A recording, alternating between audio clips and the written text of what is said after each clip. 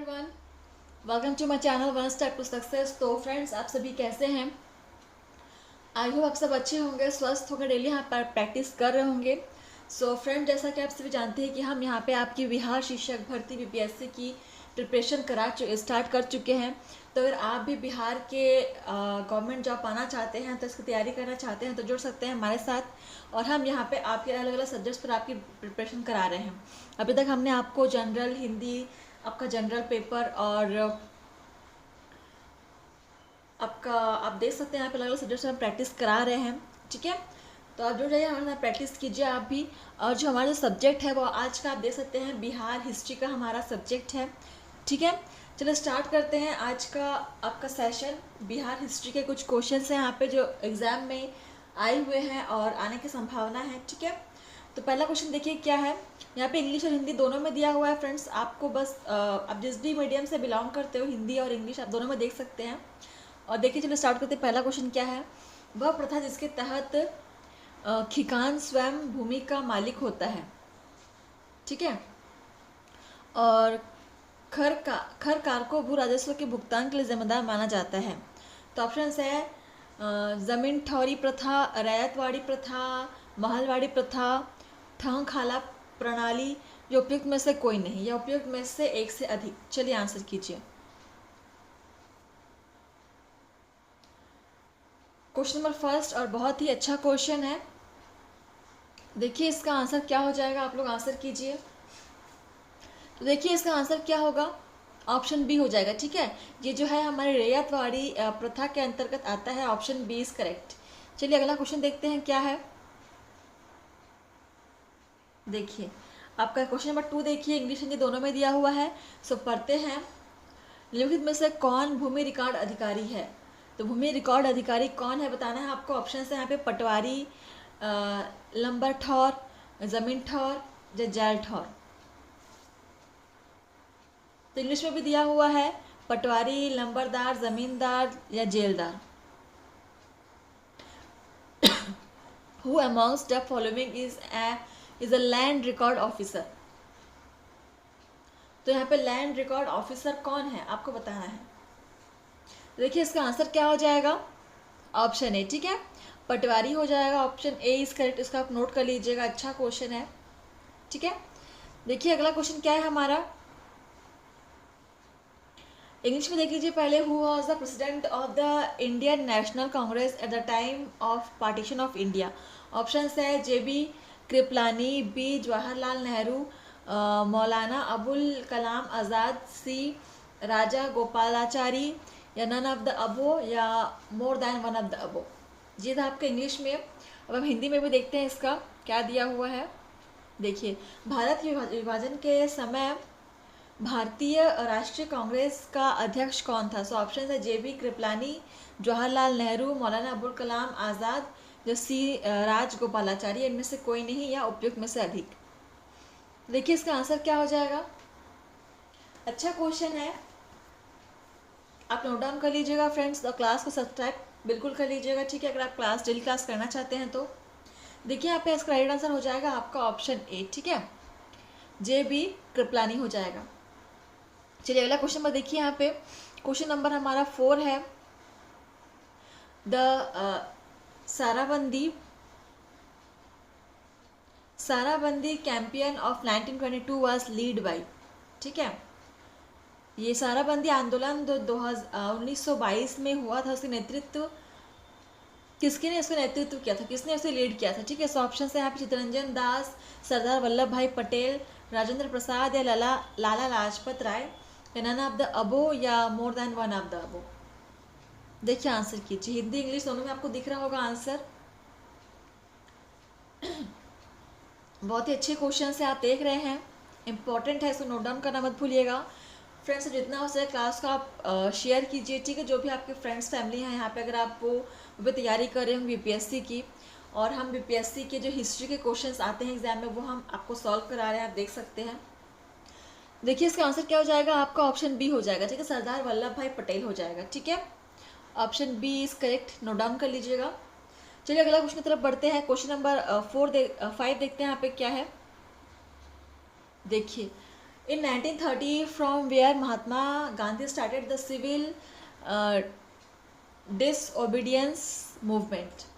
तो क्वेश्चन है 1930 में महात्मा गांधी ने सविनय अवज्ञा आंदोलन कहाँ से प्राप्त किया था, मतलब प्रारंभ किया था। ऑप्शन से इसके वर्धा से, डांडी से, स्वग्राम से या साबरमती से।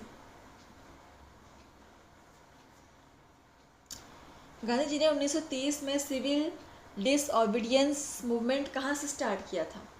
अच्छा क्वेश्चन है, आंसर कीजिए आप लोग। देखिए ऐसे ही क्वेश्चन आपके एग्जाम में बनने वाले हैं।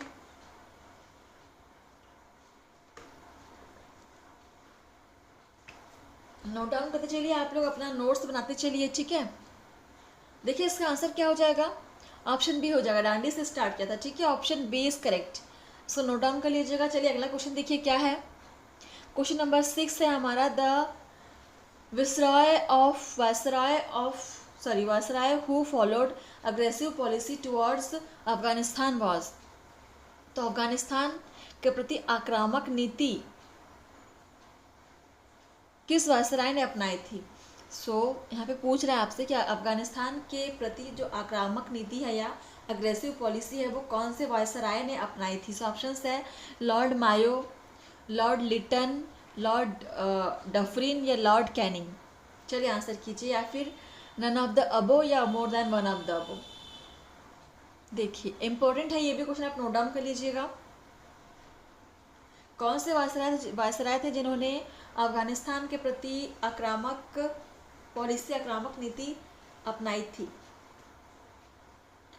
बिहार बीपीएससी हिस्ट्री के क्वेश्चन हम यहाँ पे सॉल्व करा रहे हैं, आप सब लोग जुड़ जाइए हमारे साथ, प्रैक्टिस कर कीजिए हमारे साथ यहाँ पे। देखिए इसका आंसर क्या हो जाएगा, ऑप्शन बी हो जाएगा, ठीक है, लॉर्ड लिटन हो जाएगा, नोट कर लीजिए। चलिए अगला क्वेश्चन देखते हैं। क्वेश्चन नंबर 7 है यहाँ पे, who under whose leadership was suppression of thugs achieved. मतलब ठगों का उन्मूलन किसके नेतृत्व में हुआ था, ठगों का उन्मूलन किसके नेतृत्व में हुआ था, ठीक है। ऑप्शंस है Lord Clive, captain Sleeman, Lord Minto या अलेक्जेंडर बर्न्स, या नन ऑफ द अबो या more than one of the अबो। चलिए देखिए इसका आंसर क्या होगा। फ्रेंड्स आप लोग सेल्फ स्टडी कीजिए घर पे, ठीक है, सेल्फ स्टडी कीजिए एंड देन यहाँ पे आकर आप अपना प्रैक्टिस को आप आजमाइए कि आपने कितनी प्रैक्टिस की है, ठीक है, आप कहाँ तक इम्प्रूव कर रहे हो। देखिए इसका आंसर क्या हो जाएगा, बिल्कुल ऑप्शन बी हो जाएगा, कैप्टन स्लीमैन हो जाएगा, आपने उसको नोट डाउन कर लीजिए। चलिए अगला क्वेश्चन देखते हैं क्या है। क्वेश्चन नंबर 8 है हमारा, देखिए क्या है, who used Hooghly as a base for privacy in the bay of Bengal. या बंगाल की खाड़ी में जो हुगली नदी है उसे किसका who used Hooghly as a base for piracy in the bay of Bengal. हाँ, बंगाल की खाड़ी में डकैती हेतु हुगली का उपयोग किसने किया था। बंगाल की खाड़ी में, ठीक है, डकैती करने के लिए, पायरेसी के लिए हुगली नदी का उपयोग किसने किया था। सो ऑप्शंस है डच, फ्रेंच, पुर्तगाली या ब्रिटिश या अंग्रेज जिसको हम कहते हैं, या फिर नन ऑफ द अबो या more than one of the अबो। देखिए समझ में आ गया आप लोगों को क्वेश्चन नंबर 8 क्या पूछना चाह रहा है कि हुगली नदी पर, बंगाल की खाड़ी पर जो हुगली नदी है उस पर डकैती करने के लिए बंगाल की हुगली नदी को किसने यूज़ किया था। सो इसका आंसर हो जाएगा आपका ऑप्शन सी, द पुर्तगाली, ठीक है, ऑप्शन सी इज करेक्ट। चलिए अगला क्वेश्चन देखते हैं हम। क्वेश्चन नंबर 9 क्या है हमारा, which Delhi sultan built maximum number of canals. तो कौन से दिल्ली के सुल्तान थे जिन्होंने मैक्सिमम मतलब अधिकतम कैनाल्स बनाए थे, ठीक है। सो ऑप्शन है इसको फिरोज शाह तुगलक, इल्तुतमिश, बलबन या Sikandar Lodi, none of the above या more than one of the above. तो पूछा यहाँ पे आपसे क्या है कि कौन सा यहाँ पे दिल्ली का सुल्तान जिन्होंने सबसे अधिकतम कैनाल्स बनाए थे। कैनाल मतलब समझ में आ रहा है ना आप लोगों को, नहर जिसको हम बोलते हैं, नहर बनाते हैं ना पानी के लिए। तो कौन से दिल्ली के सुल्तान ने बनाया था, सबसे अधिकतम नहरों का निर्माण किसने किया था। देखिए इसका आंसर क्या हो जाएगा, क्वेश्चन नंबर 9 का ऑप्शन ए हो जाएगा, ठीक है, फिरोज शाह तुगलक ने बनाया हुआ था, आप इसको नोट कर सकते हैं। चलिए अगले क्वेश्चन की तरफ बढ़ते हैं। हमने क्वेश्चन नंबर 10 है हमारा, देखिए, हु स्टैब्लिश्ड आस्था प्रधान, अष्ट प्रधान, जो अष्ट प्रधान है, तो अष्ट प्रधान का गठन किसने किया था या एस्टेब्लिश किसने किया था? ऑप्शंस है चंद्रगुप्त, अशोक, हर्षवर्धन या शिवाजी। किसने अष्ट प्रधान का गठन किया था? इंपॉर्टेंट है क्वेश्चन, आप इसको बिल्कुल नोट डाउन करेंगे, ठीक है। अगर आपको कहीं भी कुछ समझ में नहीं आ रहा है तब हमें हमारे कमेंट के माध्यम से हम संपर्क कर सकते हैं, हमसे क्वेश्चन पूछ सकते हैं, ठीक है। आप क्वेश्चन का नंबर यहाँ पे ऐड कर दीजिएगा, हम बिल्कुल आपकी हेल्प करेंगे। देखिए, अष्ट प्रधान का गठन किसने किया था? शिवाजी ने किया था, ठीक है। Option D is correct, note कर लीजिए इसको। चलिए अगले क्वेश्चन की तरफ बढ़ते हैं हम। देखिए क्वेश्चन में 11 क्या है? In medieval India why was mansabdari system introduced? जो मध्यकालीन भारत है उनमें मध्यकालीन मनसबदारी सिस्टम को लागू क्यों की गई थी? ठीक है, मेडिवल इंडिया मतलब जो मध्यकालीन भारत है वह मनसबदारी सिस्टम को क्यों लागू किया गया था? तो ऑप्शन है यहाँ पे राजस्व एकत्रित करने हेतु सैनिकों की पेमेंट के लिए, या फिर facilitating recruitment to the army, to establish religion harmony, ensuring clean administration, none of the above या मोर देन वन अबो। देखिए हिंदी में देख लीजिए यहाँ पे, सैनिकों की जो खुश मांगता है कि भर्ती हेतु या धार्मिक रिलीजियस हार्मनी की स्थापना हेतु, या फिर स्वच्छ प्रशासन के निर्माण के लिए, या फिर इनमें से कोई नहीं, या फिर इनमें से अधिक। मध्यकालीन भारत में मनसबदारी व्यवस्था क्यों लागू की गई थी? ऑप्शंस देख लिया, आंसर देखिए यहाँ पे बी, सैनिकों की खुशमांगता की भर्ती हेतु, या फिर facilitating recruitment to the army, ठीक है। चलिए अगले देखिए क्वेश्चन नंबर 12 देखिए यहाँ पे, Mughal painting reached it's zenith under? जो मुगल पेंटिंग है, मुगल चित्रकला है, किसके नेतृत्व में अपने शीर्ष बिंदु पर थी? मतलब कौन से शासक के नेतृत्व में जो मुगल पेंटिंग थी, मुगल चित्रकला थी, अपने चरम शीर्ष पर पहुंच चुकी थी? सो ऑप्शंस है जहांगीर, हुमायूं, शाहजहां या अकबर। ये तो बहुत इंपॉर्टेंट है और बहुत ही अच्छा क्वेश्चन है, आप इसको नोट डाउन कर लेंगे, कई बार एग्जाम में पूछा गया है। देखिए इसका आंसर होगा जहांगीर हो जाएगा, ठीक है। जहांगीर के समय में ही जो मुगल पेंटिंग थे वो अपने चरम शीर्ष पर पहुंच चुकी थी, ठीक है। तो option first is correct, Jahangir का आप नोट कर लेंगे। क्वेश्चन नंबर देखिए अगला 13 है यहाँ पे, विच one of the following ports was in use for the north Indian trade during the Gupta period? मतलब इनमें से कौन सा बंदर का है जो गुप्त काल में उत्तर भारतीय व्यापार के लिए उपयोग किया जाता था? ठीक है, ऑप्शन है कल्याण, ताम्रलिप्ति, भड़ोच जिसको बोलते हैं, या कैम्बी। सो कौन सा बंदर कहा था जो गुप्त काल के समय में उत्तर भारतीय व्यापार के लिए अधिक उपयोग किया जाता था? चलिए देखिए आंसर क्या हो जाएगा इसको। देखिए आशा क्वेश्चंस आपको बहुत ही यूनिक लग रहे होंगे, बिल्कुल यूनिक क्वेश्चंस ही है, बहुत ही इम्पॉर्टेंट भी है, आप इसको नोट डाउन कीजिएगा फ्रेंड्स, ठीक है। चलिए देखिए इसका आंसर क्या हो जाएगा, ऑप्शन ई हो जाएगा, ठीक है। इनमें से कोई नहीं होगा या फिर इनमें से अधिक आंसर हो जाएंगे, ठीक है।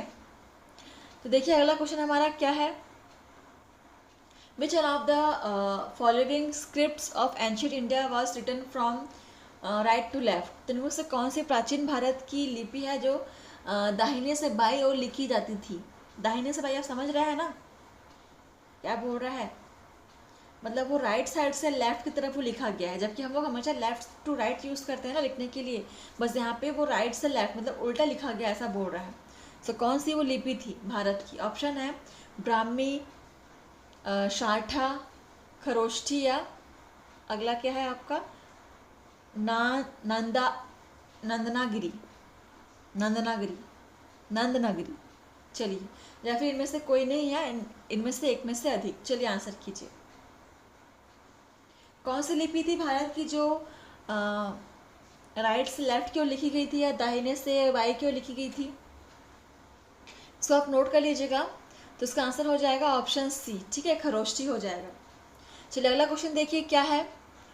Who among the following is known for his work on medicine during the Gupta period? मतलब इनमें से कौन गुप्त काल में औषधि के क्षेत्र में अपने कार्य के लिए जाने जाते हैं?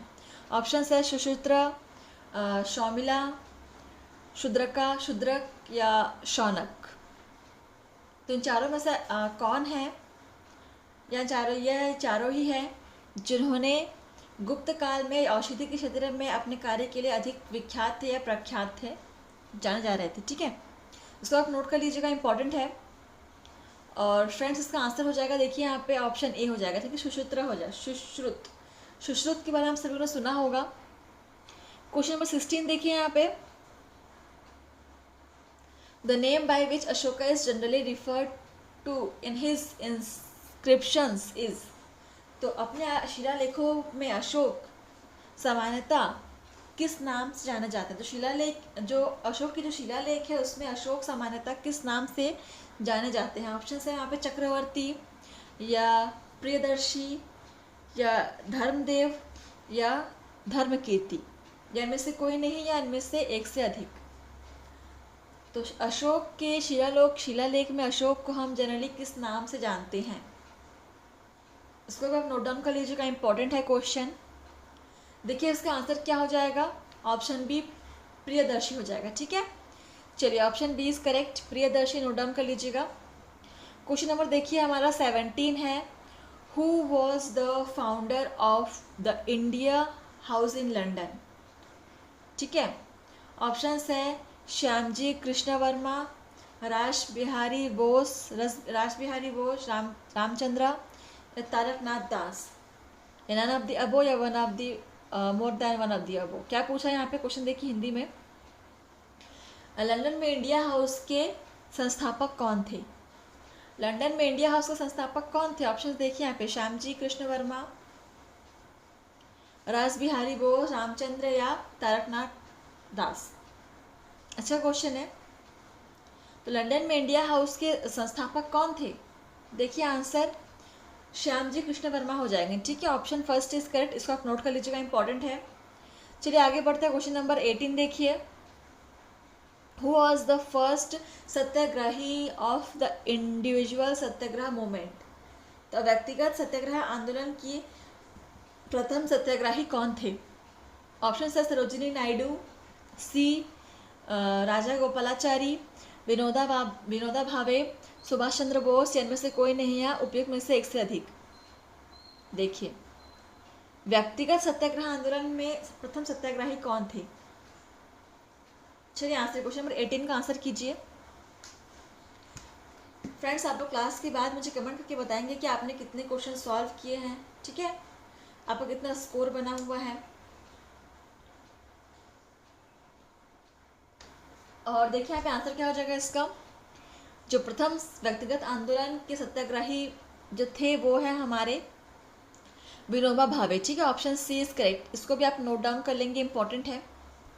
क्वेश्चन नंबर 19 देखिए क्या है, who was the first women president of the Indian National Congress? So भारतीय राष्ट्रीय कांग्रेस की प्रथम महिला अध्यक्ष कौन थी?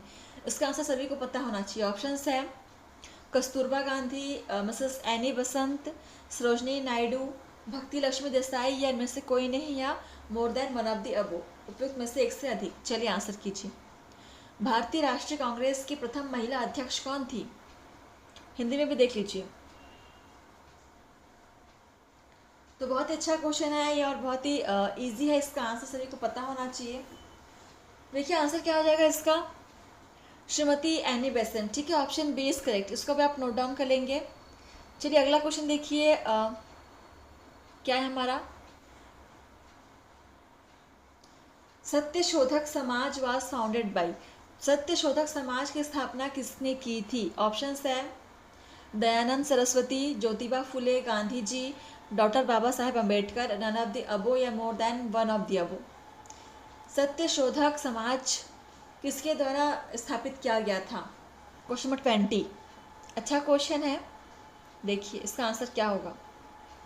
ऑप्शन बी हो जाएगा जी, ज्योतिबा फुले के द्वारा स्थापित किया गया था। ठीक है,